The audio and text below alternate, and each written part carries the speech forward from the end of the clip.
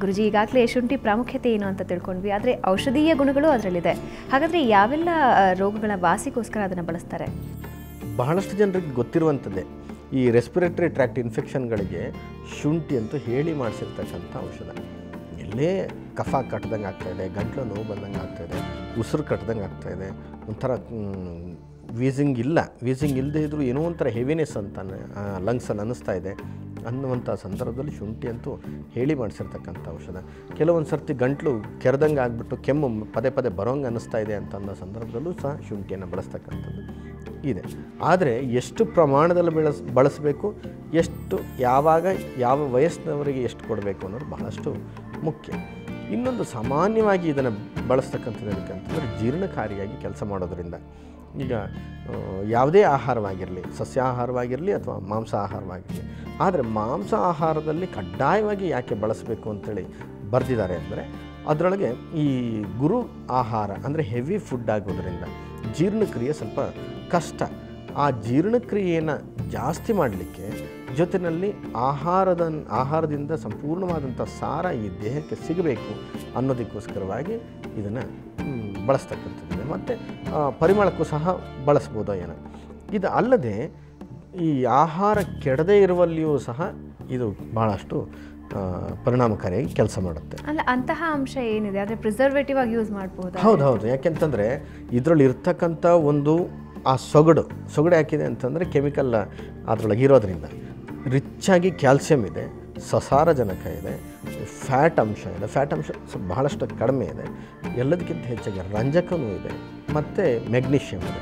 ಇದು ಒಂದು ರೀತಿಯಾಗಿ ವಿಟಮಿನಾಗಿ ಕೆಲಸ ಮಾಡಿದರೂ ಸಮೇತ ಇನ್ನೊಂದು ರೀತಿಯಾಗಿ ಆಹಾರದಲ್ಲಿ ಇದರಲ್ಲಿ ಇರ್ತಕ್ಕಂಥ ಉಷ್ಣವೀರ್ಯದಿಂದಾಗಿ ಆಹಾರವನ್ನು ಸ್ವಲ್ಪ ಕೆಡೋದಿಲ್ಲ ಅಂತಂದ್ರೇನು, ಫ್ರಿಜ್ಜಲ್ಲಿ ಇಟ್ಟಂಗೆ ವರ್ಷಾನುಗಟ್ಟಲೆ ಇಡಲಿಕ್ಕೆ ಅಥವಾ ತಿಂಗಳುಗಟ್ಟಲೆ ಇಡಲಿಕ್ಕೆಲ್ಲ ಸಾಧ್ಯ ಇಲ್ಲ. ಒಂದು ಹೆಚ್ಚು ಹೊತ್ತಿನ ಕಾಲ ಈ ಬಳಸಿರ್ತಕ್ಕಂಥ ಆಹಾರ ವಸ್ತುವಿಗೆ ಒಂದು ಹೆಲ್ಪಿಂಗ್ ಆಗಿ ಅಥವಾ ಸಪೋರ್ಟಿವ್ ಆಗಿ ಕೆಲಸ ಮಾಡುವಲ್ಲಿ ಇದು ಕೆಲಸ ಮಾಡುತ್ತೆ.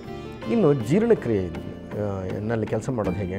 ಹೊಟ್ಟೆ ಉಬ್ಬರಿಸ್ಕೊಂಡಿದೆ ಅಥವಾ ಸುಮ್ಮನೆ ತೇಗಿ ಬರ್ತಾನೆ ಇದೆ, ಅಥವಾ ಕೆಲವೊಂದು ಸಂದರ್ಭದಲ್ಲಿ ಊಟನೇ ಬೇಡ ಅಂತ ಅನ್ಸೋದು, ಒಳಗಡೆ ತಿನ್ನಬೇಕು ಅಂತ ಅನಿಸುತ್ತೆ, ಬಾಯಿಗೆ ಹಾಕೋಣ ಅಂತಂದಾಗ ಊಟವೇ ಬೇಡ ಅಂತ ಅನ್ಸೋದು, ಇಂಥದ್ದು ಅರುಚಿ ಅಂತ ಕರಿತೀವಿ.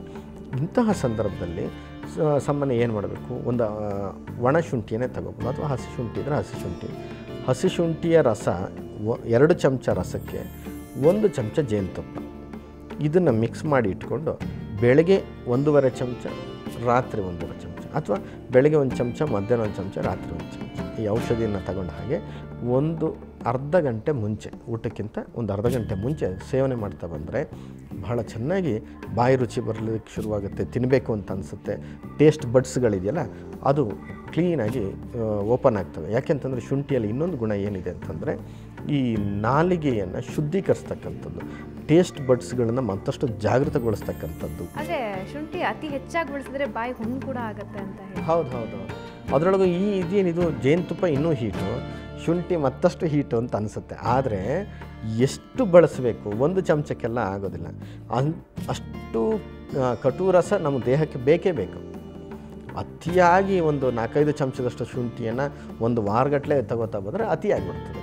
ಅದು ಯಾವುದಾದ್ರೂ ಅಷ್ಟೇ. ಬರೀ ಅನ್ನನೂ ಸಮೇತ ವಿಪರೀತ ಅನ್ನ ತಿಂದುಬಿಟ್ರೆ ಈ ಹಸುಗಳು ಸಮೇತ ಸತ್ತೋಗ್ತವೆ.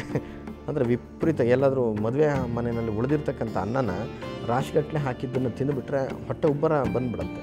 ಅದೇ ರೀತಿಯಾಗಿ ಯಾವುದೇ ಆದರೂ ಹೆಚ್ಚಾದರೆ ಮಾತ್ರ ತೊಂದರೆ, ಪ್ರಮಾಣದಲ್ಲಿ ತಗೊಂಡ್ರೆ ಯಾವುದೇ ರೀತಿಯಂಥ ತೊಂದರೆಗಳು ಬರೋದಿಲ್ಲ. ಹಾಗೆ ಶುಂಠಿನಲ್ಲಿ ಹೊಟ್ಟೆ ನೋವು ಸಮೇತ, ವಾಕರಿಕೆ ಸಮೇತ, ಜಠರಗಳ ದೋಷಗಳನ್ನು ಸಮೇತ ಕಡಿಮೆ ಮಾಡ್ಬೋದು.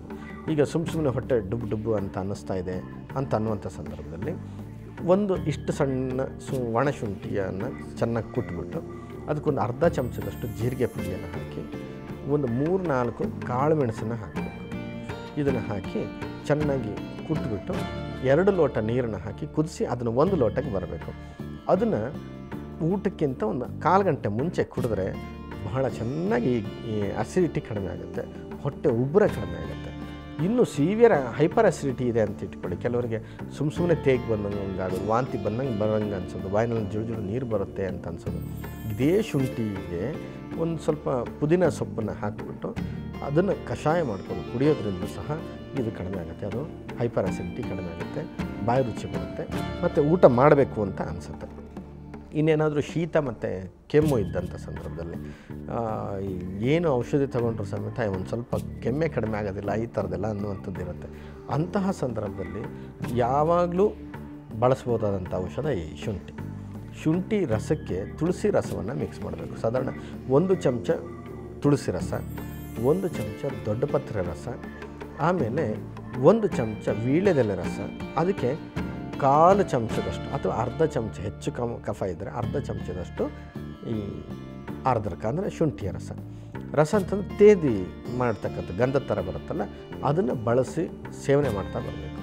ಇವೆಲ್ಲ ಎಲೆಗಳೆಲ್ಲ ಸಿಕ್ಕಲಿಲ್ಲ ನನಗೆ ಅಂತಂದರೆ, ಮನೆಯಲ್ಲೇ ಏನೋ ಗಂಟ್ಲು ಕಟ್ಟಿದಂಗಿದೆ, ತುಂಬ ಕೆಮ್ಮು ಬರ್ತಾಯಿದೆ ಅಂತಂದರೆ ಈರುಳ್ಳಿ ರಸ 2 ಚಮಚ, ಅರ್ಧ ಚಮಚದಷ್ಟು ಶುಂಠಿ, ಒಂದು ಅರ್ಧ ಚಮಚದಷ್ಟು ಜೇನುತುಪ್ಪ, 2 ಕಾಳುಮೆಣಸು, ಇಷ್ಟನ್ನು ಹಾಕಿ ಒಂದು 3 ಗಂಟೆಗೆ ಸೇವನೆ ಮಾಡ್ತಾಯಿದ್ರೆ ಎಂಥ ಭಯಂಕರ ಕೆಮ್ಮಿದ್ರೂ ಸಹ ಕಡಿಮೆ ಆಗುತ್ತೆ.